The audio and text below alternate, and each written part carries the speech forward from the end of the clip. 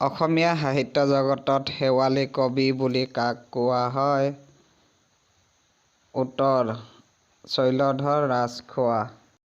অসম ৰাজ্যত কিমানখন বিধিবদ্ধ স্বায়ত্তশাসিত পৰিষদ আছে? উত্তৰ: 12খন। কামৰূপ সাম্ৰাজ্যত পাল ৰাজবংশৰ প্ৰতিষ্ঠা কোনে কৰিছিল? উত্তৰ: ৰজা ব্ৰহ্মপাল। বাইশু পূজা অসমৰ কোন জনগোষ্ঠীৰ লোকে পালন কৰে? উত্তৰ: ৰাভা জনগোষ্ঠী। ধাৰ্মিক গ্ৰন্থ ৰামায়ণ কোনে অসমীয়া ভাষালৈ প্ৰথম অনুবাদ কৰিছিল? উত্তৰ: মাধৱ কন্দলী। লখিমপুৰ চিকিৎসা মহাবিদ্যালয় আৰু হস্পিটেল কেতিয়া নিৰ্মাণ কৰা হৈছিল? উত্তৰ: 2021 চন। 2021 অসম প্ৰশাসন পৰিষদ বঁটা কাক প্ৰদান কৰা হৈছিল? উত্তৰ: নন্দিতা দেৱী।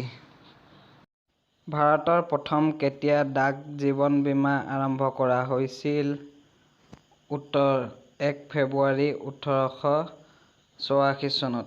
ভাৰত-ম্যানমাৰ দেশৰ লগত কিমান কিলোমিটাৰ আন্তঃৰাষ্ট্ৰীয় সীমাৰেখা আছে? উত্তৰ: 1624 কিলোমিটাৰ। ভাৰত আৰু চীন দেশৰ মাজত থকা আন্তঃৰাষ্ট্ৰীয় সীমাৰেখাডালৰ নাম কি? উত্তৰ: মেকমোহন। কোনজন আহোম স্বৰ্গদেউৰ দিনত অসমত প্ৰথম মাটিৰ জৰীপ কৰা হৈছিল? উত্তৰ: গদাধৰ সিংহৰ দিনত। অসমৰ কোনজন ব্যক্তিক লোকনায়ক নামেৰে জনা যায়? উত্তৰ: অমিয় কুমাৰ দাস। পাল ৰাজবংশৰ কোনজন ৰজাই শ্ৰীদুৰ্গাত ৰাজধানী কৰিছিল? উত্তৰ: ৰজা ৰত্নপাল। লাচিত বৰফুকনৰ সমাধিস্থল অসমৰ ক'ত নিৰ্মাণ কৰা আছে? উত্তৰ: যোৰহাটত। ভাৰতীয় কাগজী নোটৰ ওপৰত কাৰ হস্তাক্ষৰ কৰা থাকে? উত্তৰ: RBI গভৰ্ণৰ। অসমৰ পৰা কিমানজন সদস্যক ৰাজ্যসভালৈ নিৰ্বাচিত কৰা হয়? উত্তৰ: 7 জন। ভাৰতৰ আটাইতকৈ দীৰ্ঘতম নদীৰ বান্ধটোৰ নাম কি? উত্তৰ: হীৰাকুণ্ড। অসমৰ একেবাৰে সৰু ৰাষ্ট্ৰীয় উদ্যানখনৰ নাম কি? উত্তৰ: ওৰাং ৰাষ্ট্ৰীয় উদ্যান। ভাৰতৰ কোনখন ৰাজ্যত সৰ্বাধিক কুঁহিয়াৰ চেনি উৎপাদন কৰা হয়? উত্তৰ: উত্তৰ প্ৰদেশ। মিজোৰাম ৰাজ্য কেতিয়া অসমৰ পৰা পৃথক হৈছিল? উত্তৰ: 1972 চনত। আউনীআটী সত্ৰৰ বুৰঞ্জী প্ৰসিদ্ধ উপন্যাসখনৰ লেখক কোন? উত্তৰ: তীৰ্থনাথ শৰ্মা।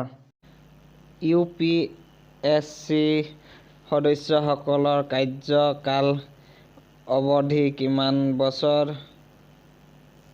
উত্তৰ: 6 বছৰ। ভাৰতৰ মাটিকালিৰ কিমান শতাংশ কৃষিকাৰ্য কৰা হয়? উত্তৰ: 60.45%। অসমত শিল্পী দিৱস প্ৰতি বৰ্ষ কোন তাৰিখে পালন কৰা হয়?